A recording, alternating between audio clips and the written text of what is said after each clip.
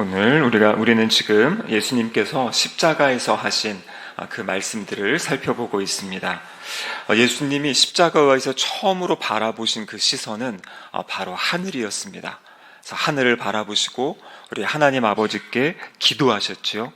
아버지, 저들을 사하여 주옵소서 기도하시고요. 두 번째 예수님의 시선은 바로 그 옆에 있던 강도였습니다. 행악자였죠.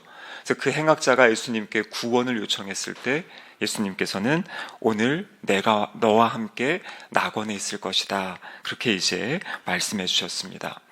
오늘 이제 세 번째 말씀인데요. 예수님의 이 세 번째 시선은 이제 하늘과 이 옆과 이제 아래, 십자가 아래를 지금 바라보고 계십니다.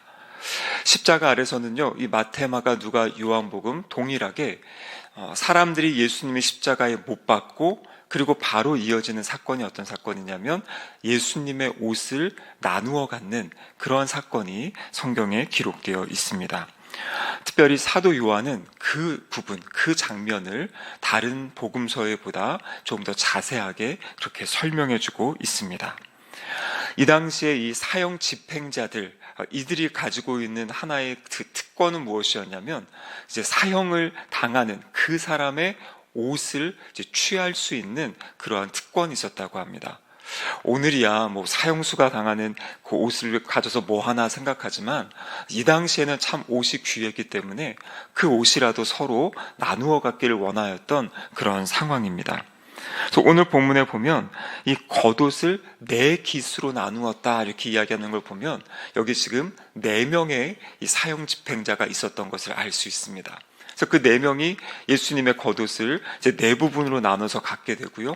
또 예수님의 이제 속옷을 가지려고 하는데 이 속옷은 위에서 아래로 그냥 하나로 짜여진 속옷이에요. 그래서 이것은 서로 협의해서 이것은 나누지 말고 우리 중에 한 명이 제비 뽑아서 이 속옷을 갖자, 이렇게 지금 이야기를 하고 있는 상황입니다. 여러분, 예수님의 속옷을 나누어 갖는다. 지금 무엇을 이야기하고 있습니까? 십자가 위에 예수님은요, 완전히 이 벌거벗은 채로 지금 십자가 위에 매달려 계신다라는 것이에요. 그래서 십자가 위에 예수님은 아주 이 육체적인 고통뿐만 아니라 극심한 수치심과 지금 모욕의 상태에서 지금 십자가에 달려 계신 상황입니다. 그런데 지금 이 상황, 예수님의 겉옷을 사람들이 나누고 속옷을 제비 뽑는 이 상황은요, 시편 22편 18편의 말씀을 정확하게 성취하는 상황입니다. 시편 22편 18편에 보면 내 겉옷을 나누며 속옷을 제비 뽑나이다, 이렇게 되어 있어요. 오늘 요한복음에서는 이 말씀을 인용하면서 그들이 내 옷을 나누고 내 옷을 제비 뽑나이다, 이렇게 지금 이제 인용을 했는데요. 실제 시편 22편 18절을 보면 겉옷을 나누고 속옷을 제비 뽑았다, 그 말씀을 지금 정확하게 성취하고 있는 겁니다. 여러분, 바로 사도 요한은 이 말씀을 통해서 보여주고 있는 것이에요. 이것은 예수님이 하고 싶어서 할 수 있는 일이 아니죠. 사람들이 그 일을 행하고 있는 겁니다. 근데 이것이 바로 시편의 말씀을 통해 하나님이 예언하셨던 그 말씀이 그대로 정확하게 이루어지고 있는 그 모습을 보여주고 있는 것이죠. 그래서 예수님의 이 고난과 십자가의 죽으심은 그냥 일어나는 일이 아니라 하나님께서 그 말씀하신 하나님의 뜻이 지금 하나하나 성취되어져 가고 있는 것을 보여주고 있는 것입니다. 그리고 구약에서 메시아가 오셔서 하실 그 일, 메시아가 당할 그 일을 지금 예수님이 하나하나 당하고 계시는 것을 통해 예수님이 바로 구약에 약속하신 그 메시아시다라는 것을 오늘 이 성경 본문을 통해서 우리에게 말씀해주고 계시는 거죠. 여러분, 지금 예수님 십자가 아래 4명의 남자 군인들이 예수님의 옷을 나누어 갖고 있었어요. 근데 이 요한복음에 보면 그 4명의 남자 군인들과 정반대되는 4명의 여인들이 등장합니다. 예수님의 제자들이 나중에 보면 알겠지만 요한 빼고 다 예수님을 놔두고 도망쳤지 않습니까? 예수님 곁을 떠났어요. 예수님의 제자들이 떠난 그 곁을 4명의 여인이 지금 십자가 아래서 지키고 있는 것을 요한은 대조적으로 보여주고 있는 것입니다. 그 네 명의 여인이 누구입니까? 오늘 본문에 나와 있는 예수님의 어머니, 그리고 예수님의 이모, 글로바의 아내 마리아, 막달라 마리아, 이 네 명의 여인인데요. 이 중에서 막달라 마리아와 또 살로메, 예수님의 이모 같은 경우에는 이 마가복음 16장에 보면 그 예수님의 몸에 이제 향료를 바르기 위해서 그 예수님의 무덤을 찾아왔던 이제 그 분들이 바로 이 네 분 중에 이제 계신다라는 거죠. 그래서 지금 군인들은 예수님 아래에서 어떻게 하면 예수님의 그 작은 소유물이라도 나누어 가질까, 취할까라고 하고 있는 상황에 지금 이 여인들, 예수님 곁에 있는 이 여성분들은 지금 어떻게 하면 앞으로 주님의 장례를 준비할지, 또 주님을 섬길지를 생각하고 있는 아주 대조적인 모습을 보여주고 있습니다. 그런데 오늘 본문을 보면요, 이제 예수님의 시선이 예수님의 어머니 마리아에게로 향하게 되는데요. 거기에 약간 그것의 동기를 유발하는 것이 있었어요. 그럼 무엇이냐면 이 당시에 이 자녀들의 속옷은 어머니가 직접 만들어줬다 그래요. 그래서 한 성경학자도 이 예수님의 지금 속옷을 나누는 이 장면, 어머니가 만들어준 속옷을 나누는 이 그 제비 뽑고 있는 그 장면을 보시면서 예수님의 시선이 그 속옷이 어디로 연결이 되냐면 바로 예수님의 어머니 마리아에게로 연결이 되는 겁니다. 마리아로 향하는 거죠. 여러분, 이 마리아의 마음, 마리아의 심령을 한번 생각해 보신 적 있습니까? 자신의 아들이, 육신의 아들이 지금 십자가에 달려서 죽어가고 있어요. 여기 우리 어머니, 아버님들이 많이 계시는데요. 우리 자녀들이 자라고 할 때 조금만 아파도 우리 엄마 아빠의 마음이 얼마나 아픕니까? 이 아이들의 아픔을 바라보는 그 엄마 아빠의 마음은 어떻게 보면 그 아이들의 그 상처 때문에 아파하는 그 아픔보다 더 클 것입니다. 근데 지금 마리아, 그래서 한 분이 이런 글을 썼더라고요. 제가 한번 읽어드리겠습니다. 자기 아들이 눈앞에서 십자가에 달려있으나 마리아는 어떻게 할 수 없었다. 아들의 상처 여기저기서 피가 흘렀지만 감히 그 흐르는 피를 멎게 할 수도 없었고, 아들의 입이 타들어가고 있어도 그 입을 죽여주지 못하였다. 아들의 수족에 못 박힌 못은 어머니 마리아 자신에게 박힌 못이었다. 그리고 아들의 이마 주위에 있는 그 가시면류관은 어머니의 심장에 둥그런 화염이 되어 다가왔다. 그러니까 지금 이 마리아는요, 엄청난 고통 가운데 지금 예수님 곁에 서 있는 거예요. 그런데 이 예수님께 더 많은 고통을 더하여 주지 않으려고 이 주체할 수 없는 울음을 참고 있고요, 칼이 자기의 가슴을 찌르듯 하는 그 아픔을 지금 삼키고 있어요. 근데 이 자리를 달아나지도 않고 도망치지 않고 기절하지도 않고 쓰러지지도 않고 그 자리에서 정말 정신을 차리고 묵묵히 서 있는 그 마리아, 그 어머니의 마음, 어머니의 심령이 얼마나 아팠겠습니까? 근데 그때 예수님께서 지금 어머니를 바라보시고 말씀하시는 거예요. 오늘 본문 19장 26절에 보면 여자여 보소서 아들이니이다, 이렇게 지금 예수님이 십자가 위에서 마리아에게 이야기하고 있어요. 우리가 볼 때 여자여 이렇게 이야기하니까요, 이건 너무 무례한 것 아닌가 이렇게 생각할 수 있어요. 예수님이 어머니 이렇게 불렀으면 좋겠는데 지금 여자여 이렇게 부르고 있죠. 근데 여러분, 여기서 말하는 이 여자라는 단어는 이 헬라어를 보면 이것은 아주 여인을 정중하고 예의 바르게 부르는 그러한 호칭이 지금 여기 나와 있는 그 헬라어 원어의 그 호칭입니다. 그래서 이 당시에 왕후나 여왕을 향해서 이 귀나이라는 그런 표현인데요, 여자라는 표현이 그렇게 불렀던 이제 표현이에요. 그래서 지금 예수님은 어머니를 아주 가장 높은 이 최상의 존칭으로 지금 어머니를 부르고 있는 것입니다. 여러분, 지금 예수님은 이 세상을 구원하시기 위해서 십자가의 질고 가운데, 이 절체절명의 고통과 위기와 아픔 가운데 예수님이 계셨어요. 그런데 그 예수님은 자신의 그 속옷이 제비 뽑아지는 그 장면을 바라보며 그 옆에서 지금 아파하고 힘들어하고 그 어떻게 슬픔을 주체할 수 없는 그 어머니를 기억하며 또 자신이 죽음 이후에 남겨질 그 어머니를 생각하면서 지금 어머니의 필요를 생각하고 계신 거예요. 앞으로 이 어머니를 어떻게 해야 될지, 그러면서 지금 어떻게 합니까? 자신의 제자 중 한 명에게 어머니를 부탁하고 있는 장면입니다. 여러분, 우리 10계명의 다섯 번째 계명이 무엇인지 아시죠? 다섯 번째 계명은 바로 내 부모를 공경하라. 그리하면 내 하나님 여호와가 내게 준 땅에서 내 생명이 길리라 말씀하셨어요. 그래서 하나님께서는 이 부모 공경을 명령하셨습니다. 근데 에베소서 6장 2절과 3절에도 보면 내 아버지와 어머니를 공경하라. 이것은 약속이 있는 첫 계명이니 이로써 내가 잘되고 땅에서 장수하리라 이렇게 말씀하십니다. 우리가 잘 알다시피 10계명의 1계명에서 4계명까지는 하나님을 사랑하라는 것이에요. 근데 어떻게 하나님을 사랑하는지가 1계명에서 4계명에 기록되어 있고요. 5계명에서 10계명까지는 이제 이웃을 사랑하는 거거든요. 사람들 사랑하는 겁니다. 근데 그 시작과 출발이 무엇입니까? 부모님을 공경하는 것. 그것이 사랑의 시작이고 출발이라고 말씀하고 계십니다. 여러분, 부모님을 공경한다는 것은 부모님을 무겁게 여기는 것이에요.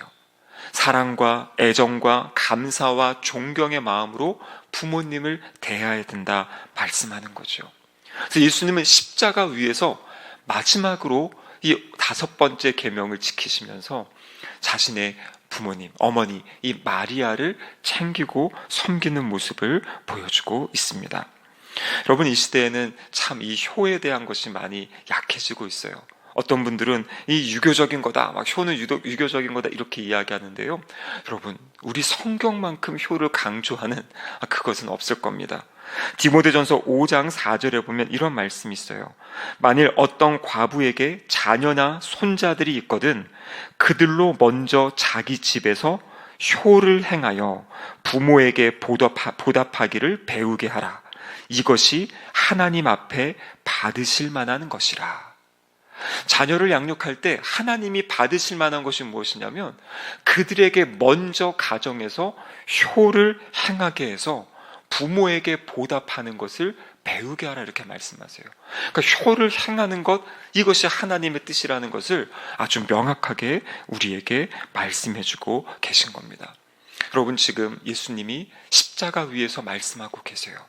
십자가 위에서 어머니를 돌보시고 챙기십니다. 그리고 우리에게 말씀하시는 거죠. 육신의 부모를 잘 챙기고 섬길 것을, 공경할 것을 이야기하고 계십니다. 아직 우리 부모님이 살아계신 분들 계시면은요, 이 부모님께 잘 해드리기 바랍니다. 그것이 바로 우리 주님이 우리를 향해 말씀하신, 삶으로 보여주시고 우리에게 말씀하신 주님의 뜻입니다. 자, 이어지는 말씀에 보시면은요, 27절에 그 제자에게 이르시죠. 보라, 내 어머니라 하신데 그때부터 그 제자가 자기 집에 모시니라 이렇게 말씀하고 계세요. 여러분, 여기 나온 이 제자가 누구입니까? 예수님의 사랑하시는 자, 예수님께 사랑받은 자, 바로 이 서신서를 쓴 사도 요한입니다. 요한도 예수님이 체포되실 당시에 예수님을 두고 도망쳤어요. 그런데 모든 제자들이 다 도망쳤는데 마지막 이 십자가 아래, 이 4명의 여인 곁에 바로 십자가 아래서 예수님을 마지막을 지켜보았던 사람이, 그 자리를 지켰던 사람이 사도 요한이에요. 근데 예수님은요, 그 제자를 꾸짖지 아니하시고요, 이 제자에게 아주 중요한 책임과 사명을 맡기세요. 그것이 바로 예수님의 육신의 어머니 마리아를 지금 예수님 요한에게 맡기시는 겁니다. 여러분, 성경에는 나와 있지 않지만 오늘 본문에는 이제 그때부터 자기 집에 모셨다 이렇게 되어 있는데요. 이 초대교회 전승을 보면 나중에 이 사도 요한은 이 에베소 지역, 지금의 그 튀르키예, 터키 지역입니다. 그 에베소에 가서 에베소 교회의 지도자가 돼요. 그런데 그때도 마리아를 모시고 갔다라는 그러한 기록들이 있어요. 그래서 지금도 이 에베소에 가면, 이 튀르키예 에베소에 가면 바로 이 마리아의 집이라는 그 집이 남아 있고요. 아마 이 마리아와 이 요한이 살았던 집, 그리고 지금 그곳에 이제 요한과 이 마리아의 무덤이 바로 이 튀르키예, 이 터키 지역에 있습니다. 그래서 이 요한은 예수님의 그 말씀을 잘 붙잡고 예수님의 어머니 마리아를 마지막까지 잘 모셨다라는 것이 이 초대교회의 그런 기록입니다. 근데 여러분, 여기서 한 가지 생각해 볼 것이 있어요. 예수님에게 형제들이 있었습니다. 마리아가 요셉과 낳은 자녀들이 있었어요. 어떤 자녀가 있냐면요, 야고보, 요한, 시몬, 유다. 그러니까 4명의 형제가 있고요. 또 마태복음 13장에 보면 이 4명의 형제 이름과 함께 자매들이 있었다라고 이야기합니다. 그러니까 지금 예수님이 돌아가셔도 예수님의 어머니 마리아를 책임질 수 있는 가족들, 동생들이 남아 있었어요. 근데 지금 예수님이 동생들에게 이 어머니, 자신이 떠나고 나면 당연히 동생들이 어머니 챙기겠죠. 그런데 지금 예수님께서는 이 요한에게, 예수님의 제자인 요한에게 어머니를 맡기시는 겁니다. 그럼 여기에는 커다란 의미가 있어요. 바로 예수님의 십자가 아래에서 예수님은 새로운 영적인 관계들을 지금 맺어주고 계신 거예요. 영적인 관계를 맺어주고 계세요. 그것이 무엇입니까? 바로 예수님을 구세주와 주님으로 영접하는 그 순간 하나님의 자녀들이 되잖아요. 하나님을 아버지로, 그리고 이제는 한 형제 자매로 이 교회 공동체 함께 그렇게 살아가라고. 제가 아까 앞에 서두에 육신의 부모님이 계신 분들은 부모님을 잘 공경하라고 말씀드렸는데요.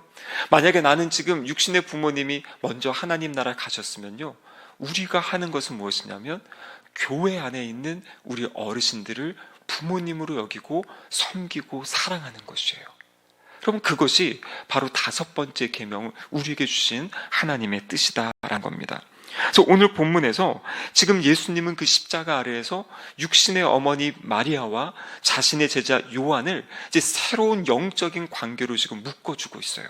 너의 어머니다, 그리고 당신의 아들입니다 하면서 이 관계를 지금 세워주고 계신 겁니다. 여러분, 부활하신 예수님이 막달라 마리아를 향해 아주 놀라운 말씀을 하십니다. 요한복음 20장 17절에 보면요, 이렇게 말씀하세요.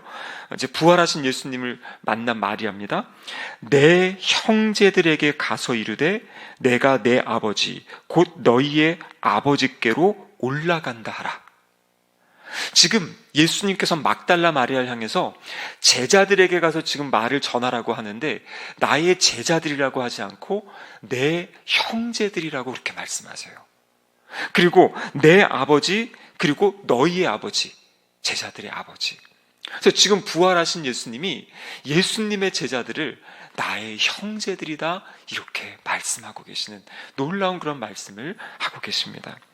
마태복음 12장에서 예수님의 가족들이 예수님을 찾아왔을 때 예수님이 이런 말씀을 하셨어요. 누구든지 하늘에 계신 내 아버지의 뜻대로 행하는 자가 내 형제요, 자매요, 어머니다 이렇게 말씀하셨죠. 그 지금 마지막으로 예수님이 하나님의 뜻대로 행하는 그 자들, 그들을 한 가족으로, 한 가족 공동체로 만들어주시고 세워주셨습니다. 이것이 바로 믿음의 가족, 교회 공동체인 것입니다. 고독한 인생길을 걸어갈 때 함께 돕고 섬기고 챙겨주라고 하나님께서 우리 교회 공동체를, 우리 가족을 허락해 주셨습니다. 우리 신길동 교회는, 우리 신길동 교회 모든 지체분들은 주님 안에 한 가족임을 믿습니다. 아멘. 서로 사랑하고 섬기는 것, 그것이 바로 우리 주님이 십자가 위에서 마지막으로 남겨주신 말씀입니다. 우리 육신의 부모님을 공경하고 또 우리 교회 안에 있는 우리 어르신들, 또 함께하는 형제 자매들, 또 다음 세대들을 사랑함으로 우리 십자가 위에서 우리 주님이 남기신, 또 보여주신 그 아름다운 본을 따라 살아가는 우리 모두가 되기를 주님의 이름으로 축복합니다. 아멘.